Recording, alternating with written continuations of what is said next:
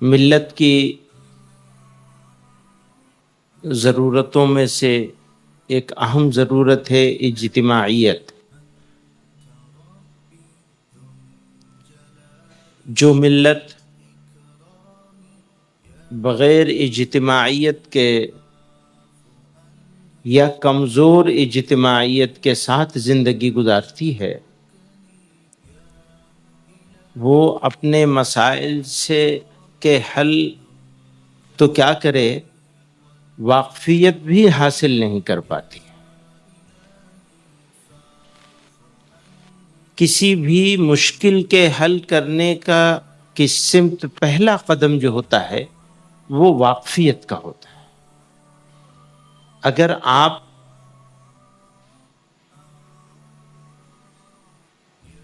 واقف ہی نہیں ہیں تو حل کرنے کے بارے میں سوچ بھی نہیں سکتے. پھر تو ہر چیز صحیح ہوگی، کہتے ہیں ہر ہرا دکھے گا، بس ہاں سب ٹھیک ہے، جیسے سب ہے ویسے ہی ہم ہیں. تو اجتماعیت کی ہر زمانے میں ہر قوم کو ضرورت ہوتی ہے. پھر ایسی قوم جس کو چاروں طرف سے پروپیگنڈے کے ذریعے سے، طاقت کے ذریعے سے، ظلم کے ذریعے سے گھیر لیا گیا ہو، اس کے لیے اجتماعیت کی ضرورت اور بھی زیادہ بڑھ جاتی ہے.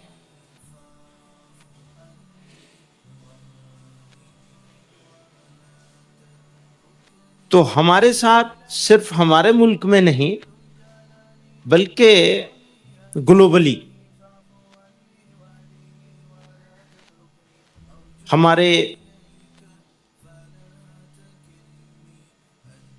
ہماری کمزوری کو پہچان کر، ڈھونڈ کر،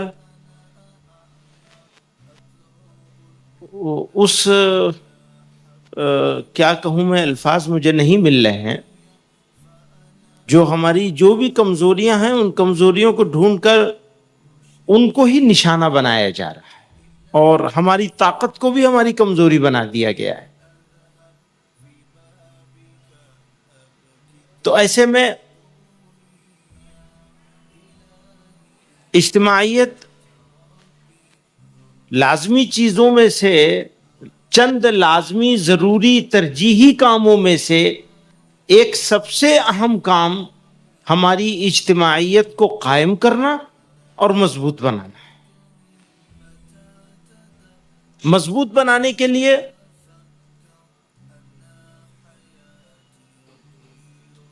اس کو پیشہ ورانہ مہارت کے ساتھ قائم کرنا اور نصب العین کو پورا کرنے کے لیے جد و جہد کرنا، یہ ہمارے لیے فرض عین ہے.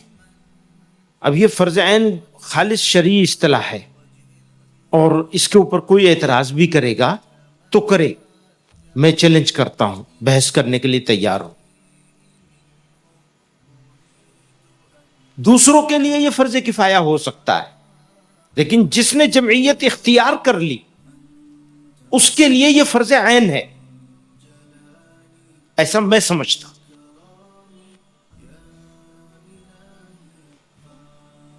تو جب ہم نے اس کو فرض عین سمجھ لیا یا نہ بھی سمجھا، فرض کفایہ بھی سمجھ لو تھوڑی دیر کے لیے، کہ سب کے اوپر لازم ہے. ایک جماعت ایسی کھڑی ہوئی، کچھ لوگ اکٹھے ہوئے بے سر و سامانی کے عالم میں، کچھ لوگ کھڑے ہوئے اور انہوں نے کہا اس اجتماعیت کے فریضے کو ہم انجام دیں گے، اور اس کو فرض کفایہ ہی مان لیا جائے. تو قوم کے لیے یہ فرض کفایہ ہوگا، پر جنہوں نے یہ ذمہ داری اٹھائی ہے ان کے لیے فرض عین ہوگا. کیونکہ نصب العین کیا ہے؟ جب آپ نصب العین کو اٹھا کے دیکھیں گے، مثلا انہوں نے کہا ترجیحات میں شامل کیا ہے، جمعیت علماء نے بچوں کی تعلیم اور تربیت کو اپنی ترجیحات میں شامل کیا ہے. تو بچوں کی وہ تعلیم، جتنی تعلیم فرض عین ہے ہر مسلمان کے اوپر، اسی کی تو بات کر رہے ہیں ہم. مکتب کی جب بات کر رہے ہیں تو ہم اس کی بات کر رہے ہیں جو ہمارے اوپر اور ہمارے بچوں کے اوپر، ہماری نسلوں کے اوپر، ہر مسلمان کے اوپر فرض عین ہے، اسی کی بات کر رہے ہیں.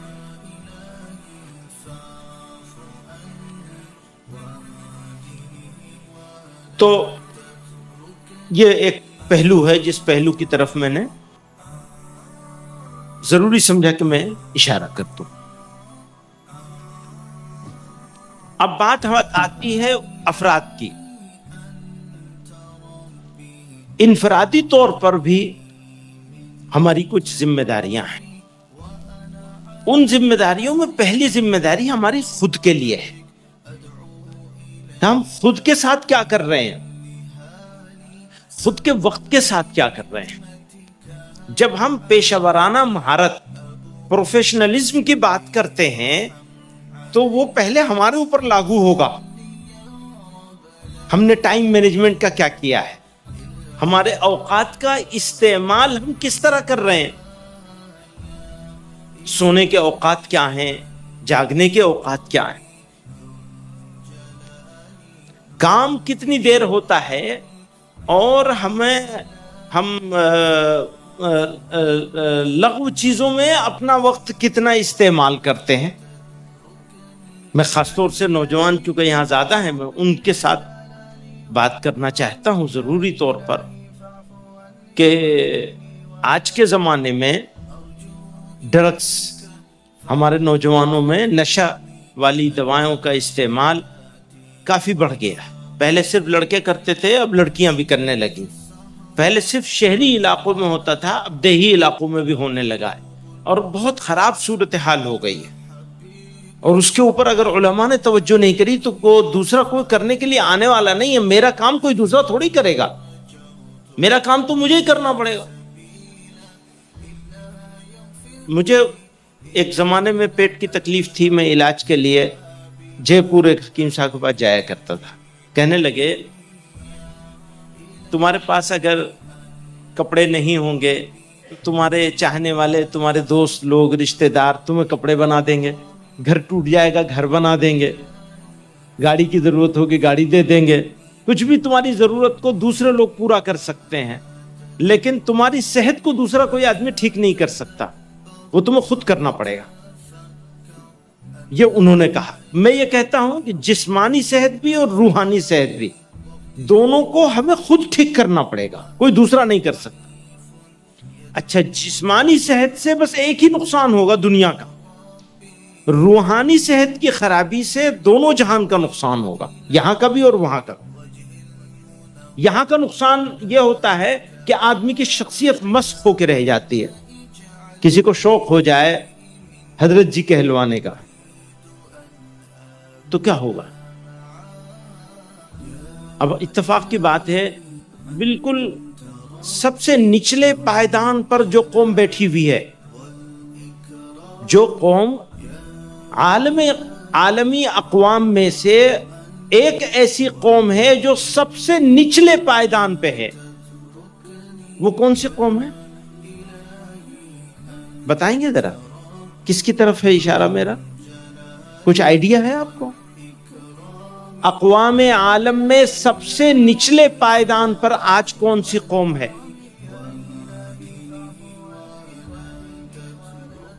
حسد کے لحاظ سے، تکبر کے لحاظ سے، بے ایمانی کے لحاظ سے، جھوٹ کے لحاظ سے، بدمعاملگی کے لحاظ سے کون سی قوم ہے؟ میں نہیں کہہ رہا ہوں، میں بالکل نہیں کہہ رہا ہوں، کیونکہ میں کہوں گا تو اس کو دوسری طرح سے پیش کر دیا جائے گا دنیا کے ساتھ. وہ خود جھانک لو بھائی، تو تبدیلی کہاں سے آئے گی؟ باہر سے آئے گی، اندر سے آئے گی. ہمیں اپنے آپ کو جھانکنا ہے. سب سے ضروری کام ہے خود احتسابی. سارے ضروری کاموں میں سے، بہت سارے ضروری کام ہیں، لمبی چوڑی لسٹ بنے گی، ان سارے ضروری کاموں میں سے سب سے ضروری کام ہے خود احتسابی. مجھے اپنے اندر جھانکنا پڑے گا، اور مولانا آپ لوگ میرے اندر نہیں جھانک سکتے، میں بھی آپ کے اندر نہیں جھانک سکتا.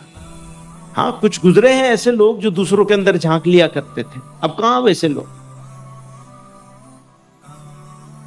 اپنے اندر خود ہی جھانکنا پڑے گا. ذرا دیر کو آنکھ بند کریے، ذرا دیر کو دیکھیے کہ آج صبح سے لے کے اب تک کیا ہوا ہے، کل کیا گزرا تھا. ایک ہفتے کا محاسبہ کر لیجئے، 24 گھنٹے کا محاسبہ کر لیں ہم لوگ اپنا. کتنی دیر ہم نے کتنی حسد کری ہے، کہاں ہم نے اپنے آپ کو بڑا سمجھا ہے. سمجھنا ہی تو نہیں ہے نا، پرابلم اور جھگڑا تو وہاں سے کھڑا ہوتا ہے. تو میں مولانا پیش کر رہے تھے، وہ جو مول صاحب آئے تھے اسد فیلوز میں سے، تو وہ خود احتسابی کا ایک جملہ آیا تھا، اس پہ مجھے یاد آیا تو میں نے عرض کر دیا. یہ پورا پروسیس ہے، ہمیں اور آپ کو اس پروسیس کو اختیار کرنا ہے خود احتسابی کے. ایک بات. دوسری بات یہ ہے کہ بہت القاب و آداب سے ہم کو بچنا چاہیے. کوئی جانشین ہو جائے گا، کوئی فلاں ہو جائے گا. بھئی وہ بہت بڑے لوگ تھے، ان کا جانشین کوئی ہو ہی نہیں سکتا. کہاں وہ اور کہاں ہم. تو الفاظ کو میں بار بار عرض کرتا ہوں ساتھیوں سے، یہ تواضع نہیں کہتا ہوں، اپنا بھی اور اپنے سب ساتھیوں کا بھی نام جب لیں تو ادب سے لے لیں، لیکن بہت القاب آداب نہیں استعمال کریں فالتو. وقت بھی ضائع ہوتا ہے. حضرت لگا دیا، فلاں لگا دیا، فلاں لگا دیا. بھئی یہ آپ حالات تو دیکھیے کہ قوم کہاں ہے، کس حالت میں ہم لوگ، کس حالت سے گزر رہے ہیں ہم لوگ. اگر ان حالات کا ادراک نہیں ہے تو بری بات ہے. ادراک ہونے کے باوجود یہ سارا کچھ ہو رہا ہے تو اور زیادہ بری بات ہے. جن حالات سے ہم گزر رہے ہیں ہمیں سادگی اختیار کرنی چاہیے، الفاظ میں بھی، اعمال میں بھی، کردار میں بھی. تینوں چیزوں کا اگر آپ وہ بنائیں گے تو آپ کو پروفیشنلزم لانا تنظیم کے اندر آسان ہو جائے گا. کھانے پینے کے بارے میں بھی یہی کہتا ہوں. جیسے آج آپ لوگ آئے ہوئے ہیں، دوپہر کا کھانا ہوگا، تو یقین ہے مجھے کہ 4 طرح کی کیا کیا ہے کھانے میں آج دوپہر میں، ذرا بتا دیجیے. بریانی ہے، تو اگر صرف بریانی ہے تو کوئی حرج نہیں ہے. اس سے فائدہ یہ ہوتا ہے کہ سالن والن روٹی ووٹی کا چکر ختم ہو جاتا ہے. آدمی نے بریانی کھا لی اور دہی کی ایک چٹنی کھا لی، وہ ٹھیک ہے اتنے کو. لیکن اگر کوئی اس کے ساتھ کوئی دوسری چیز نہیں ہونی چاہیے بالکل. اور بریانی بھی سستے والے گوشت کی ہونی چاہیے. یعنی آئندہ کے لیے کہہ رہا ہوں، آج تو انہوں نے جو کرنا ہوگا کر لیا ہوگا، ویسے ہی کیا ہے. جزاک اللہ. تو یہ ایک دوسری بات تھی، کیونکہ ہم لوگوں کو روزانہ کام کرنا ہے. ایک اور بات کرنا چاہتا ہوں میں برابر، کہ جب ہم اتنی دور، یہ سارے حضرات کافی دور دور سے سفر کر کے آئے ہیں. تھوڑے سے لوگ ہوں گے آدھے سے کم جو لمبا سفر کر کے نہیں آئے. اکثر لوگ یہاں موجود ہیں جو لمبا سفر کر کے آئے ہیں. تو سفر کر کے آئے ہیں تو کھانے میں بھی خود کا اپنا حصہ لے لے. یہ تشکیل کرنا چاہتا ہوں، بھلے اس میں کچھ وقت لگے، لیکن ہم لوگوں کو اپنا ذہن بنانا ہے کہ ہم اپنا کرایہ بھی خرچ کریں گے، اپنا جلسہ، اپنا پروگرام، اپنا کرایہ، اپنا کھانا. مقامی ذمہ داروں کے ذمے، مقامی ساتھیوں کے ذمے جگہ کا انتظام کرنا رہے، جلسے کا انتظام رہے ان کے ذمے، اخراجات ان کے ذمے سے ہٹ جائیں. ہم لوگ سب آپس میں حصہ لے لیں، چاہے ہم منتظمہ کر رہے ہوں، چاہے ہم عاملہ کر رہے ہوں، اور چاہے اس طرح کا پروگرام کر رہے ہوں. یہ 2 3 5 صوبوں کا ملا کر کے ہو رہا ہے.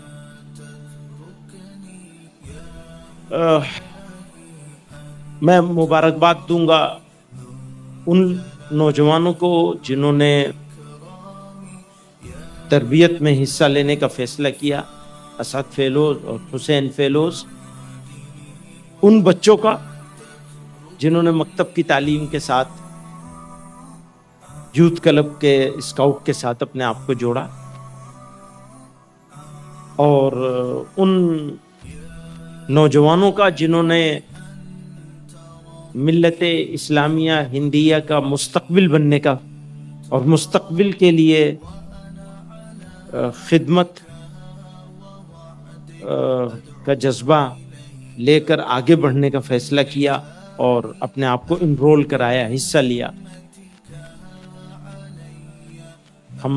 ہمارا مستقبل یہی ہے، ہمارے بچے، اور بچوں پر جو کام کرنے والے ہیں وہ بھی مبارکباد کے مستحق ہیں، اور ان کے والدین بھی مبارکباد کے مستحق ہیں، اور وہ بچے بھی، وہ ہمارا مستقبل ہے.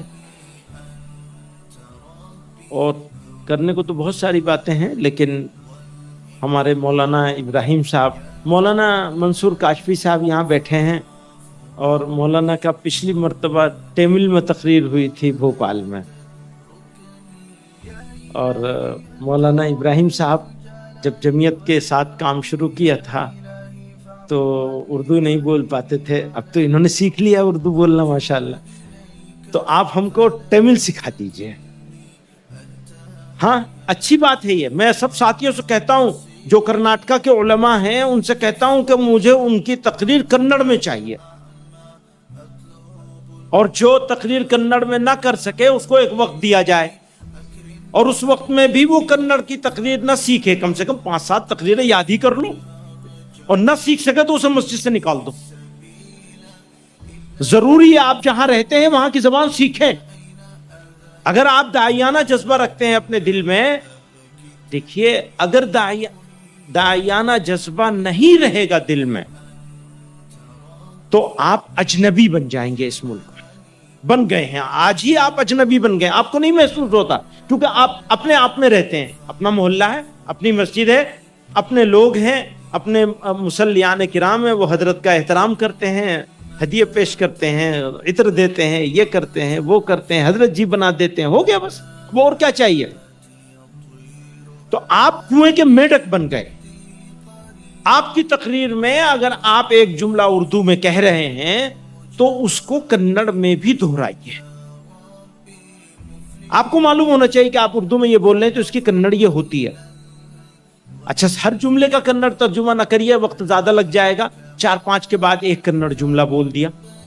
خصوصاً وہ باتیں جب آپ مسلمانوں کو عمومی زندگی کے بارے میں مشورہ دے رہے ہیں وہ تو کنڑ ہی میں کہنی چاہیے، وہ ٹیمل میں ہی کہنی چاہیے، وہ کیرل میں، ملیالم میں کہنی چاہیے، اردو میں نہیں کہنی چاہیے. بالکل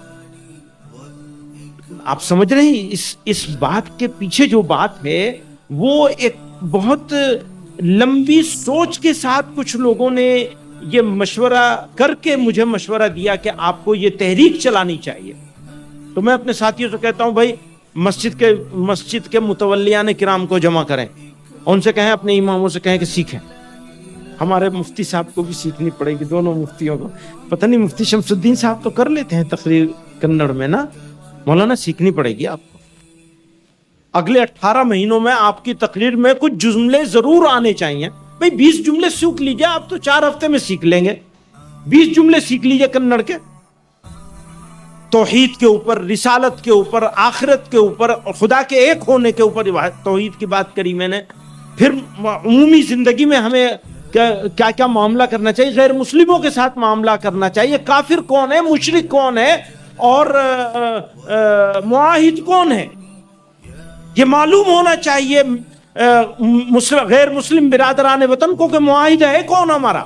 اور ہم اس ملک میں اگر رہتے ہیں تو غیر مسلم جن کے ساتھ ہم رہتے ہیں وہ اس درجے کے کافر ہیں جن سے لڑا جانا ہے، یا وہ معاہد ہیں ہمارے. ہم لڑ ہی نہیں سکتے ان سے کیونکہ ہمارا ایگریمنٹ ہوا ہے ان کے ساتھ. بدعہدی کے مرتکب ہوں گے اگر ہم لڑیں گے ان کے ساتھ. ہوں گے یا نہیں ہوں گے؟ قرآن اور سنت رسول صلی اللہ علیہ وسلم کے مطابق، شریعت اسلامیہ کے مطابق ہمیں ہمارے بزرگوں نے ایک ایگریمنٹ کر لیا. جب تک وہ ایگریمنٹ ٹوٹے گا نہیں، یہ بھی دھیان رہے، جب تک وہ ایگریمنٹ ٹوٹے گا نہیں تب تک ہم کسی ایک کے ساتھ بھی لڑ نہیں سکتے. ہاں یہ یاد رکھنا، دفاع کا حق، ڈیفنس کرنے کا حق، اپنے آپ کو بچانے کے لیے کھڑے ہونے کا حق ہم سے کوئی نہیں چھین سکتا. وہ شرعاً بھی ہمارے اوپر واجب ہے، قانوناً بھی واجب ہے، اخلاقاً بھی واجب ہے ہمارے اوپر، اور ہمارے اس ملک کے دستور سویدھان کے مطابق بھی ہماری ذمہ داری ہے کہ ہم ڈیفینڈ کریں. تو دونوں باتوں کا دھیان رکھنا ہے. ہمارے ساتھ ہم اس ملک میں ایک ایگریمنٹ،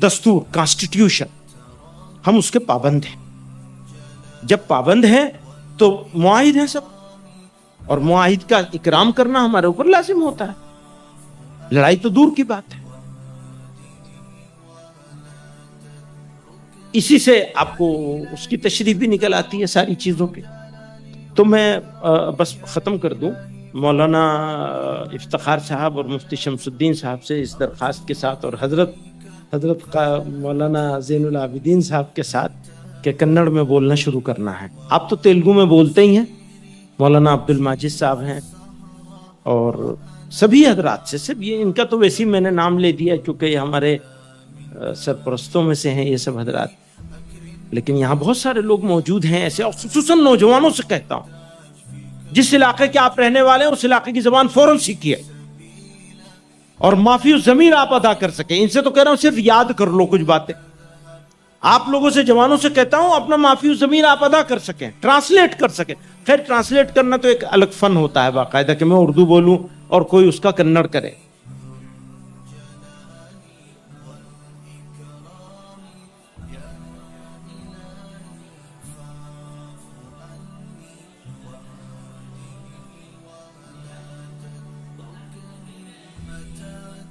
دیکھیں یہ وہ ایک دیوبندی مولانا, کھڑے ہو جائیے, دیوبندی ہے نا. دیکھو دیوبندیوں نے پوری دنیا میں جا کر تبدیلی اور انقلاب کا کام کیا ہے, الحمدللہ.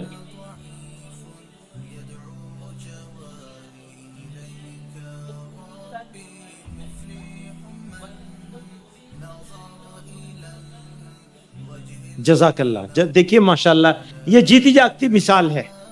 اور میں نے مولانا منصور کاشفی صاحب کے نے کہا میں تو اردو نہیں کر سکوں گا. میں نے کہا آپ کہلوایا کہ آپ تمل میں کریے, ہم تمل میں سنیں گے, کیونکہ صرف ہمیں سننا نہیں ہے, ہمیں سنانا ہے دوسروں کو.